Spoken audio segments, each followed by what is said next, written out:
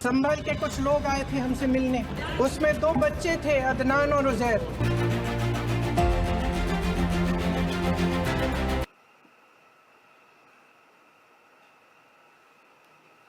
नमस्कार, आप देख रहे हैं देश न्यूज। आपके साथ मैं अंजलि झा। चलिए हमारे इस खास प्रोग्राम की शुरुआत करते हैं। प्रियंका गांधी के एक बोल ने रातों रात उन्हें न सिर्फ देश भर में चर्चित कर दिया, बल्कि एक सशक्त महिला की पहचान भी कर डाली। दिन था 8 मार्च 2022 और मौका था अंतर्राष्ट्रीय महिला दिवस का। यूपी के सीएम योगी आदित्यनाथ पर प्रियंका ने तंज कसा और नारा दिया, लड़की हूं, लड़ सकती हूँ। जी हाँ, यह नारा आप सभी को बखूबी याद होगा। और साथ ही कालांतर में प्रियंका ने सियासत में कदम रखा। पहले कांग्रेस की महासचिव बनी, फिर पश्चिमी यूपी की प्रभारी और फिर पार्टी के स्टार प्रचारक। वायनाड से उपचुनाव जीतकर अपनी संसदीय पारी का आगाज किया। आज का हमारे ये खास जो प्रोग्राम है, इंदिरा की परछाई में हम आपको प्रियंका के हर रंग से वाकिफ कराएंगे।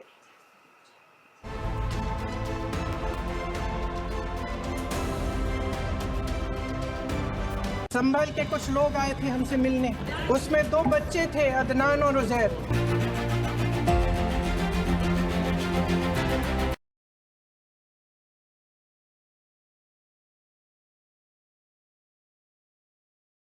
पीढ़ी की आवाज है। उनकी मुस्कान, उनका आत्मविश्वास और उनकी राजनीति में एंट्री ने लोगों को उनकी दादी इंदिरा गांधी की याद दिला दिया। लेकिन क्या प्रियंका गांधी वाकई इंदिरा गांधी जैसी करिश्माई नेता साबित होंगी? क्या उनकी राजनीति का जो ये सफर है, वो भारतीय राजनीति को एक नया आयाम देगा? देखिए इस रिपोर्ट को।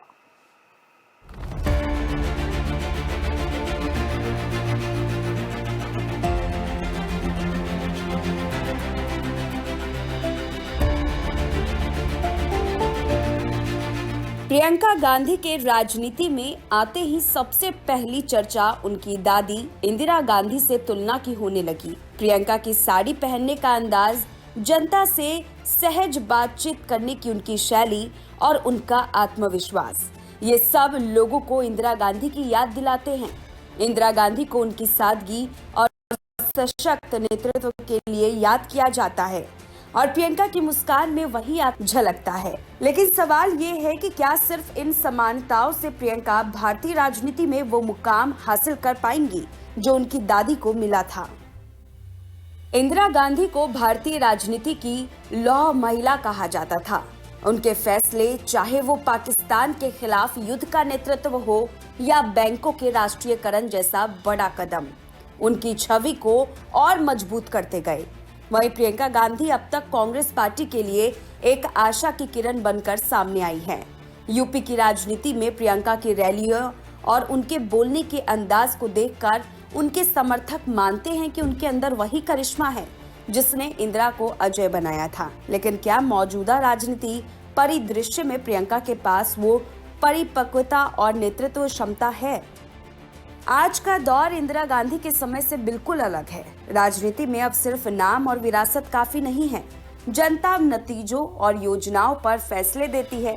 प्रियंका गांधी के सामने सबसे बड़ी चुनौती यही है कि वो खुद को इंदिरा गांधी से अलग साबित करते हुए अपनी नई पहचान बनाए। कांग्रेस पार्टी को जो ऐतिहासिक नुकसान पिछले कुछ सालों में हुआ है, उससे उबरना उनके लिए आसान नहीं होगा। प्रियंका को न केवल पार्टी को एकजुट करना होगा, बल्कि जनता के बीच अपने नेतृत्व की नई छवि भी स्थापित करनी होगी। प्रियंका गांधी के समर्थक उन्हें कांग्रेस के भविष्य के तौर पर देखते हैं, लेकिन उनकी राह आसान नहीं है। पार्टी के कमजोर जनाधार, विरोधी दलों की मजबूत पकड़ और जनता की बढ़ती अपेक्षाएं उनके सामने बड़ी चुनौती बनकर खड़ी हैं। प्रियंका के लिए सबसे अहम होगा कि वो इंदिरा गांधी की छवि से आगे बढ़े और राजनीति में अपनी रणनीति और नीतियों से जनता का भरोसा जीते। क्या प्रियंका गांधी इस नए दौर की चुनौतियों का सामना कर कांग्रेस को फिर से खड़ा कर पाएंगी, या फिर इंदिरा गांधी की विरासत उनकी राजनीति का सबसे बड़ा बोझ बन जाएगी? तो प्रियंका गांधी को लेकर चर्चा जितनी उनकी दादी इंदिरा गांधी की छवि पर आधारित है, उतनी ही उनकी अपनी काबिलियत पर भी।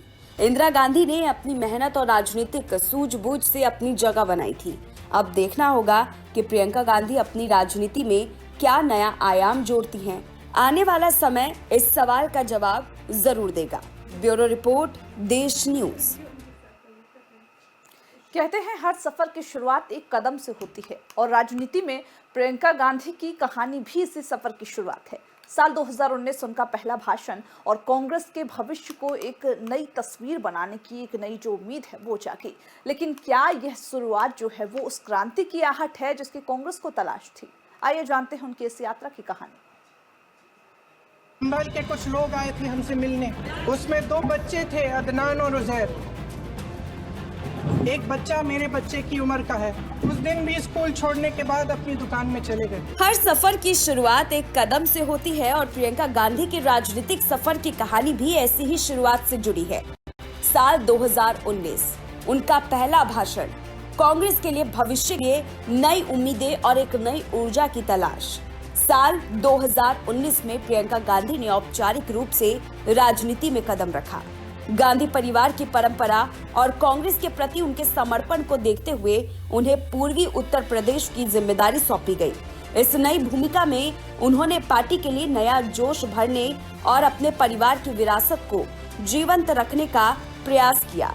प्रियंका का ये कदम कांग्रेस के लिए एक नई शुरुआत के रूप में देखा गया, लेकिन क्या ये उनकी उम्मीदों पर खरा उतर सका? ये सवाल बड़ा है। अपने पहले भाषण में प्रियंका गांधी ने भारतीय जनता को संबोधित करते हुए गांधी परिवार के बलिदान और सेवा की परंपरा की बात की। उन्होंने राजनीति को केवल सत्ता का खेल नहीं बल्कि जन सेवा का माध्यम बताया। अपने भाषण के जरिए उन्होंने युवाओं को प्रेरित करने और जनता के बीच एक नया भरोसा जगाने की कोशिश की। उनके शब्दों में उनकी जड़ों की झलक और कांग्रेस के विचारधारा का प्रतिबिंब साफ नजर आया। हालांकि प्रियंका गांधी ने खुद चुनाव नहीं लड़ा, लेकिन उनकी प्राथमिकता कांग्रेस को नए सिरे से खड़ा करने और पार्टी को मजबूत करने की थी। उनके भाषण और रैलियों ने पार्टी समर्थकों के बीच नई उम्मीदें जगाई, लेकिन चुनावी जंग में इन कोशिशों का कितना असर पड़ा, ये सवाल कांग्रेस के लिए महत्वपूर्ण बन गया। साल 2019 में कांग्रेस को प्रियंका गांधी से बड़ी उम्मीदें थी, लेकिन नतीजों ने पार्टी की स्थिति में कोई खास सुधार नहीं दिखाया। इसके बावजूद प्रियंका ने राजनीति में बने रहने और कांग्रेस को पुनर्जीवित करने का संकल्प दिखाया। उनके पहले भाषण ने एक शुरुआत की कहानी लिखी, लेकिन इस सफर में चुनौतियां और भी बड़ी है। प्रियंका गांधी का पहला भाषण कांग्रेस के लिए एक नई उम्मीद लेकर आया, लेकिन सियासत में उम्मीदें तब तक अधूरी रहती हैं जब तक वे हकीकत में तब्दील ना हो जाए। साल 2019 का ये सफर उनके लिए सिर्फ एक शुरुआत थी। अब सवाल है, क्या ये शुरुआत कांग्रेस के भविष्य के लिए एक नई राह बना पाएगी? इंतजार रहेगा उन कदमों का जो इस सफर को मुकाम तक पहुंचाएंगे। ब्यूरो रिपोर्ट, देश न्यूज। एक लोकोक्ति है कि पूत के पांव पालने में ही दिखने शुरू हो जाते हैं। इंदिरा गांधी की पोती और सोनिया राजीव के पुत्र प्रियंका गांधी का यह लोकप्रिय जो पंक्ति है वो खूब बैठता है। प्रियंका में नेता बनने का गुण बचपन से ही दिखने लगा था। बदलते वक्त में प्रियंका ने अपनी योग्यता से साबित कर दिया कि वो न सिर्फ एक अच्छी महिला हैं बल्कि एक अच्छी वक्ता भी हैं, बल्कि परिपक्व राजनीतिज्ञ हैं। देखिए इस रिपोर्ट को।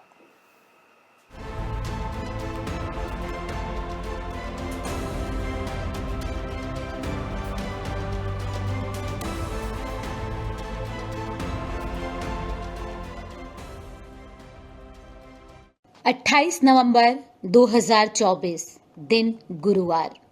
गांधी परिवार की उस बेटी ने लोकसभा सांसद के रूप में शपथ ली, जिसके महज 16 साल की उम्र में दिए भाषण से ही उनके व्यक्तित्व का अंदाजा लगा लिया गया था कि उनके अंदर नेता का गुण मौजूद है। खुद प्रियंका भी अपने भाषणों में ये कह चुकी हैं कि उनकी नाक उनकी दादी से मिलती है। मैं प्रियंका गांधी वाड्रा, जो लोकसभा की सदस्य निर्वाचित हुई हूँ, सत्यनिष्ठा से प्रतिज्ञा करती हूँ कि मैं विधि द्वारा स्थापित भारत के संविधान के प्रति सच्ची श्रद्धा और निष्ठा रखूँगी। मैं भारत की प्रभुता और अखंडता अक्षुण्ण रखूँगी तथा जिस पद को मैं ग्रहण करने वाली हूँ उसके कर्तव्यों का श्रद्धापूर्वक निर्वहन करूँगी।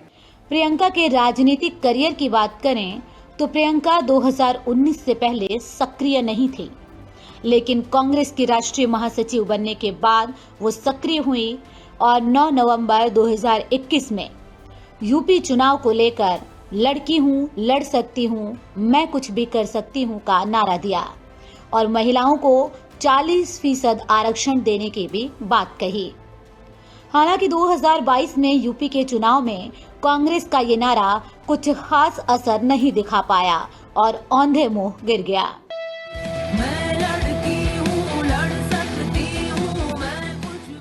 वायनाड से सांसद प्रियंका गांधी ने फिलहाल वायनाड सांसद के तौर पर न सिर्फ वहां की जनता के मुद्दों को जोर शोर से उठाया, बल्कि शीतकालीन सत्र के दौरान भी वायनाड के लोगों को न्याय दिलाने के लिए संसद के बाहर बैनर पोस्टर लेकर प्रोटेस्ट किया।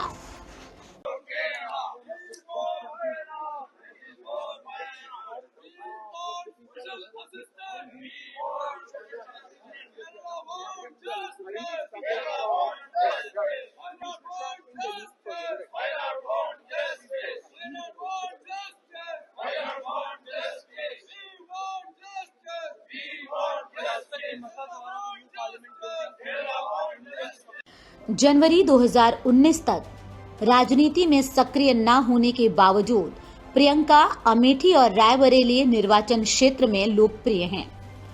प्रियंका के राजनीति में उतरने से पहले ही ये माना जाने लगा था कि वो अपनी राजनीतिक विरासत को आगे बढ़ाने में मदद करेंगी।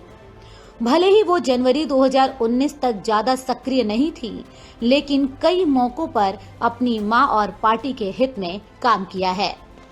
प्रियंका के सियासी सफर की बात करें, प्रियंका गांधी वाड्रा ने 16 साल की उम्र में पहला भाषण दिया। 2004 में यूपी विधानसभा चुनाव में अपनी मां के अभियान की प्रबंधक बनी। 2007 के यूपी चुनाव में 10 सीटों पर चुनाव प्रचार किया। अमेठी रायबरेली क्षेत्र की 10 सीटों के लिए प्रचार किया। 23 जनवरी 2019 को पूर्वी यूपी की प्रभारी बनी। 2019 में पहली बार कांग्रेस की महासचिव बनी। 2024 में वायनाड लोकसभा सीट से उपचुनाव जीतकर सांसद बनी। इंदिरा गांधी की हत्या के बाद प्रियंका गांधी की स्कूली शिक्षा पर काफी असर पड़ा। हिंसा से विचलित प्रियंका का झुकाव बौद्ध धर्म की ओर हो गया। एक नजर प्रियंका के निजी जीवन पर डालते हैं। उथल पुथल रहा प्रियंका का निजी जीवन। विरासत में मिली राजनीति। बौद्ध धर्म की अनुयायी हैं। विपासना के एक चिकित्सक एसएन गोयनका से बौद्ध धर्म की शिक्षा ली। कालांतर में बौद्ध धर्म अपनाया। बौद्ध अध्ययन में एमए किया। सख्त और अनुशासन प्रिय हैं। अपने बचपन के दोस्त रॉबर्ट वाड्रा से 18 फरवरी 1997 में शादी की। रॉबर्ट की बहन मिशेल थी प्रियंका की सहपाठी। प्रियंका को खाना बनाना, पढ़ना, मेडिटेशन और फोटोग्राफी का शौक है। राजीव गांधी फाउंडेशन की ट्रस्टी भी हैं प्रियंका। बहरहाल बतौर सांसद प्रियंका के संसद में दिए पहले भाषण को लेकर राजनीतिक गलियारे में खूब चर्चा हो रही है। जिस तरह से उन्होंने अदानी, हाथरस और उन्नाव दुष्कर्म मामले को संसद में उठाया, वो काबिले तारीफ है। देश न्यूज के लिए पूजा विनायक चौरसिया की रिपोर्ट। वायनाड से उपचुनाव जीतने के बाद प्रियंका गांधी ने संसदीय पारी की शुरुआत की। लोकसभा में प्रियंका के ओजस्वी भाषण को हर कोई कायल हो गया। फिर चाहे वो संभल मस्जिद विवाद का मामला हो, या फिर जाति जनगणना की बात हो, या फिर संविधान पर चर्चा की बात हो, प्रियंका ने मुखरता के साथ अपनी बात रखी। देखिए इस रिपोर्ट को।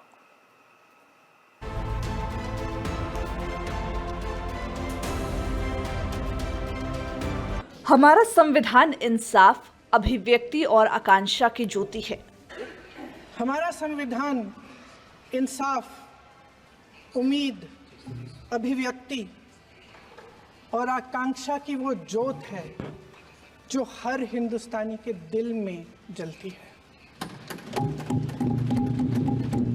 अध्यक्ष महोदय, इस ज्योत ने हर एक भारतीय को ये पहचानने की शक्ति दी कि उसे न्याय मिलने का अधिकार है, कि उसमें अपने अधिकारों के लिए आवाज उठाने की क्षमता है, कि जब वो आवाज उठाएगा तो सत्ता को उसके सामने झुकना पड़ेगा संविधान ने हर एक देशवासी को ये अधिकार दिया कि वो सरकार बना भी सकता है और सरकार बदल भी सकता है। ये जोत जो हर हिंदुस्तानी के दिल में जलती है, उसने हर हिंदुस्तानी को ये विश्वास दिया कि देश की संपत्ति में, देश की दौलत में, संसाधनों में उसका भी हिस्सा है। राजशाही में राजा वेश बदलकर प्रजा की बात सुनते थे। लोकतंत्र में खुद को देश का चौकीदार बताने वाले हम आलोचना नहीं बर्दाश्त कर सकते हैं। आज जनता की मांग है कि जाति जनगणना हो। सत्ता पक्ष के मेरे साथी ने इसका जिक्र किया। ये जिक्र भी आज इसलिए हो रहा है क्योंकि चुनाव में ये नतीजे आए। ये जाति जनगणना इसलिए जरूरी है ताकि हमें पता चले कि किसकी क्या स्थिति है और नीतियां उस हिसाब से बने। इनकी गंभीरता का प्रमाण ये है कि जब चुनाव में पूरे विपक्ष ने जोरदार आवाज उठाई कि ये जाति जनगणना होनी चाहिए, तो इनका जवाब देखिए। इनका जवाब भैंस भाग भैंस चुरा लेंगे, मंगलसूत्र चुरा लेंगे। इनका ये जवाब था। ये गंभीरता है इनकी जाति जनगणना पर।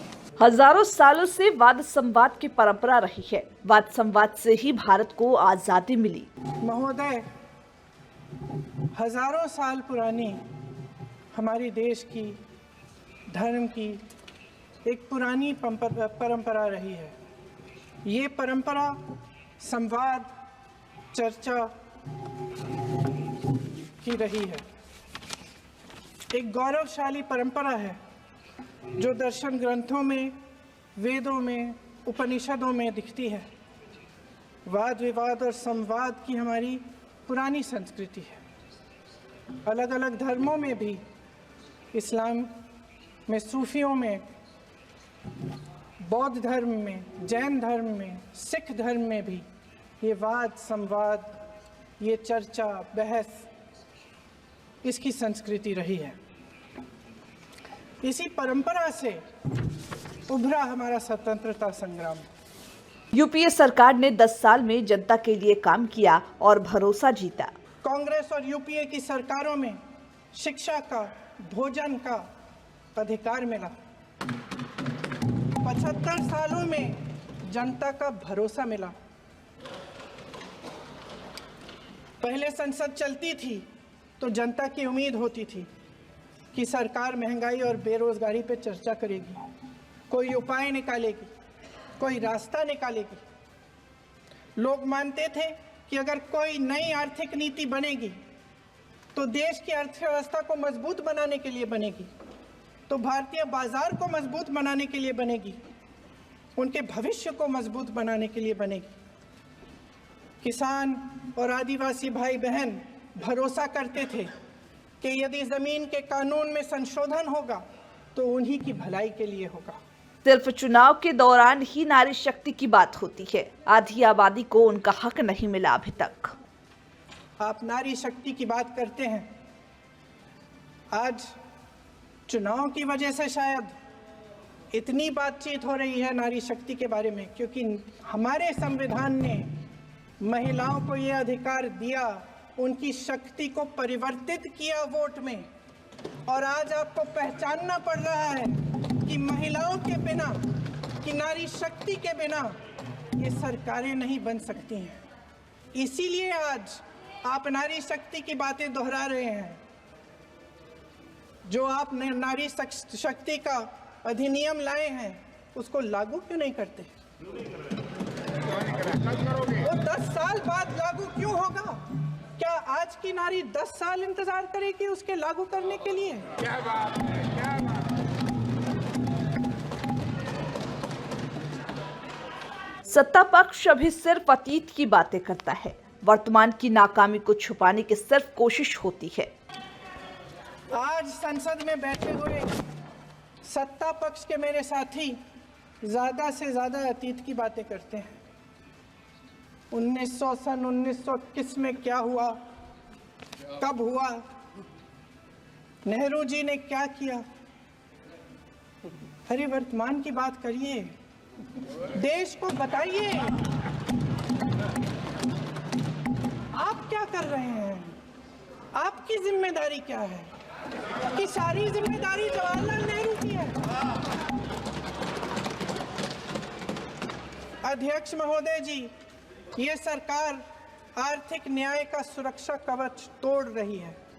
आज संसद में बैठी ये सरकार बेरोजगारी और महंगाई से जूझ रही हमारी जनता को क्या राहत दे रही है। कृषि के कानून भी बड़े बड़े उद्योगपतियों के लिए बन रहे हैं। सही एमएसपी को छोड़िए, डीएपी तक नहीं मिल रहा है।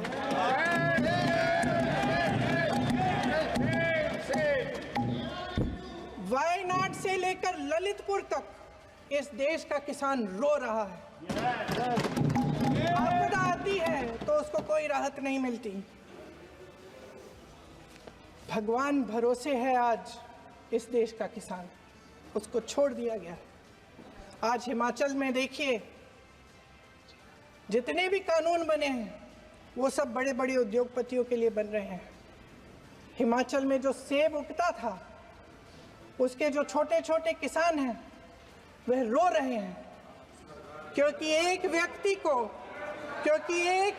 के लिए